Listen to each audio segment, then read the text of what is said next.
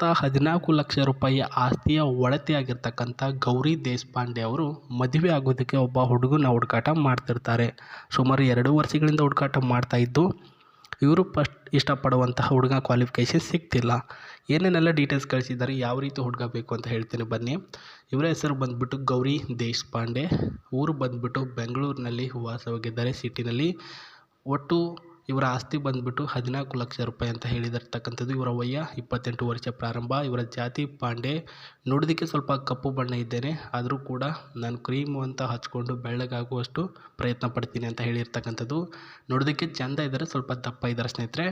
ಇವರ ಕುಟುಂಬದ ವಿವರ: ನಮ್ಮ ಮನೆಯಲ್ಲಿ ನಾವು ಒಟ್ಟು 6 ಜನ ಸದಸ್ಯರಿದ್ದೇವೆ.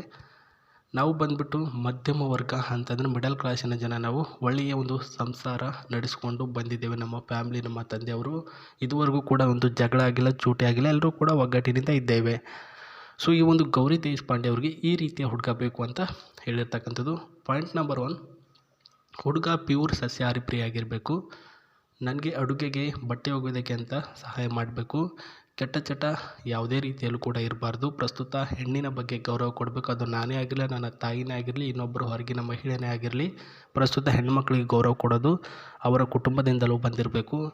ಸೊ ನಿಮಗೆ ಆಗಿರ್ತಕ್ಕಂಥ ಮನೆ, ಸ್ವಂತ ಮನೆ ಮತ್ತು ಆಸ್ತಿ ಏನೆಲ್ಲ ಇದೆ ಅದು ನಿಮ್ಮ ಹೆಸರಿಗೇ ಇರಬೇಕು. ನೀವು ಬ್ಲ್ಯಾಕ್ ಕಲರ್ ಇದ್ದರೂ ನನಗೇನು ಅಭ್ಯಂತರ ಇಲ್ಲ. ಕುಡಿತಿದ್ರೆ ಕುಡೀರಿ, ಸೇರ್ತಿದ್ರೆ ಸೇರಲಿ, ಲಿಮಿಟಲ್ಲಿರಿ. ಬಟ್ ನಾನು ಹೇಳ್ದಂಗೆ ಕೇಳಲೇಬೇಕು, ಆಯಿತಾ ಅಂತಂದ್ಬಿಟ್ಟು ಈ ಕ್ವಾಲಿಫಿಕೇಷನ್ಗಳ ಮುಖಾಂತರ ನಿಮ್ಮನ್ನು ಸೆಲೆಕ್ಷನ್ ಮಾಡ್ಕೊಳ್ತಾರೆ ಅವರು. ಯಾವ ರೀತಿಯಲ್ಲಂದರೆ ಇವುಗಳಲ್ಲಿ ನೀವು ಎಲ್ಲರಲ್ಲೂ ಕೂಡ ತಯಾರಿ ಇದ್ದರೆ, ಅಂದರೆ ಇವುಗಳ ಕ್ವಾಲಿಫಿಕೇಷನಲ್ಲಿ ನೀವು ಓಕೆ ಇದ್ದರೆ ಬೇಗ ಬೇಗ ನಿಮ್ಮ ಒಂದು ಅಭಿಪ್ರಾಯವನ್ನು ನನ್ನ ಒಂದು ಜಿಮೇಲ್ಗೆ ಕಳಿಸಿ. ಅಂದರೆ ನಿಮ್ಮ ಫೋಟೋನ, ಹೆಸರನ್ನು, ನಿಮ್ಮ ಊರನ್ನು ಅವರ ಒಂದು ಜಿಮೇಲ್ ಅಡ್ರೆಸ್ಗೆ ಕಳಿಸಿ. ಜಿಮೇಲ್ ಅಡ್ರೆಸ್ಸು ಅಬೌಟ್ ಸೆಕ್ಷನಲ್ಲಿ ಕೊಟ್ಟಿದ್ದೇನೆ, ಚೆಕ್ ಮಾಡಿ ಸ್ನೇಹಿತರೆ. ಇಲ್ಲಾಂದರೆ ಕಮೆಂಟ್ ಬಾಕ್ಸಲ್ಲಿ ನಿಮ್ಮ ಒಂದು ಡೀಟೇಲ್ಸ್ಗಳನ್ನು ತಿಳಿಸಿ, ಅವರೇ ಖುದ್ದಾಗಿ ರಿಪ್ಲೈ ಮಾಡ್ತಾರೆ. ಸೊ ಸ್ನೇಹಿತರೆ, ಅವ್ರ ಹತ್ರ ಇರ್ತಕ್ಕಂಥ Tata Safari, the specialities on the adventure and the auto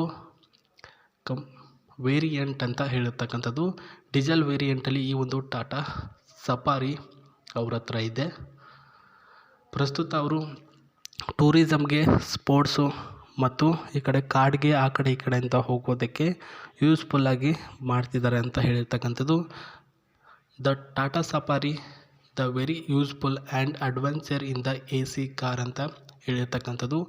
adventure plus variant in also available on this adventure and the variant with some extra futures ಅಂತ ಹೇಳಿರ್ತಕ್ಕಂಥದ್ದು. ಸಮ್ ಎಕ್ಸ್ಟ್ರಾ ಫ್ಯೂಚರ್ಸ್ ಅಂತಂದರೆ ಇವಾಗ ನೋಡ್ಕೊಳ್ಳಿ, ಬೇರೆ ಕಾರ್ನಲ್ಲಿ ಯಾವ ರೀತಿಯಲ್ಲಿದೆ ಆ ಕಾರಿನ ಒಂದು ವೆರೈಟೀಸ್ ಈ ಒಂದು ಕಾರಿನಲ್ಲಿ ಟಾಟಾ ಸಫಾರಿನಲ್ಲಿ ಕೂಡ ಅವೈಲಬಿಲಿಟಿ ಇರತಕ್ಕಂಥದ್ದು. The Safari is available in the loner sales and the state forest gadget ಅಂತ ಹೇಳಿರ್ತಕ್ಕಂಥದ್ದು. ಸೊ ಫಾರೆಸ್ಟ್ ಏರಿಯಾಗಳಲ್ಲೂ ಕೂಡ ನೀವು ಇದನ್ನು ಯೂಸ್ ಮಾಡಿಕೊಂಡು ಲಾಂಗ್ ಡ್ರೈವ್ ಕೂಡ ಹೋಗ್ಬೋದು. ಕಲರಿಂಗಲ್ಲೂ ಕೂಡ ಅಷ್ಟೇ ಚೆನ್ನಾಗಿ ಕಾಣಿಸ್ತಿದೆ, ನೋಡ್ಕೊಳ್ಳಿ. ಇನ್ನೊಂದು ಸ್ಟೈಲಿಂದ ನೋಡಿದ್ರೆ ಇದು ಒಳಗಡೆ ಇರ್ತಕ್ಕಂಥದ್ದು. ಇನ್ನು ಇದರ ಇಂಜಿನ್ ಬಂದುಬಿಟ್ಟು ಪ್ರಸ್ತುತ 220cc ಈ ಒಂದು ಟಾಟಾ ಸಫಾರಿನ ಇಂಜಿನ್ ಇದೆ ಅಂತ ಹೇಳಿರ್ತಕ್ಕಂಥದ್ದು. Very strong steering with map ಇದೆ ಸ್ನೇಹಿತರೆ. ಈ ಕಡೆ ನೋಡ್ತಿರ್ಬೋದು AC ಕೂಡ ಅವೈಲಬಿಲಿಟಿ ಇದೆ. ಇದು ಡ್ರೈವರ್ ಸೀಟು, ಇದು ಪ್ಯಾಸೆಂಜರ್ ಸೀಟು. ಗೇರ್ ಬಾಕ್ಸ್ ಕೂಡ ಇದೆ ಸ್ನೇಹಿತರೆ. ಮತ್ತು ಹ್ಯಾಂಡ್ ಬ್ರೇಕ್ ಕಂಪಲ್ಸರಿ, ವೆರಿ ಪವರ್ಫುಲ್ಲಲ್ಲಿ ಹ್ಯಾಂಡ್ ಬ್ರೇಕ್ ಇರ್ತಕ್ಕಂಥದ್ದು.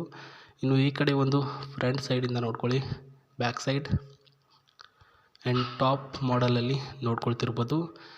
Very expensive and diesel variant, air bag, AC, non stop looking and 250ವರೆಗೂ ಸ್ಪೀಡಸ್ ಅವೈಲಬಿಲಿಟಿ ಇದೆ ಅಂತ ಹೇಳಿರ್ತಕ್ಕಂಥದ್ದು.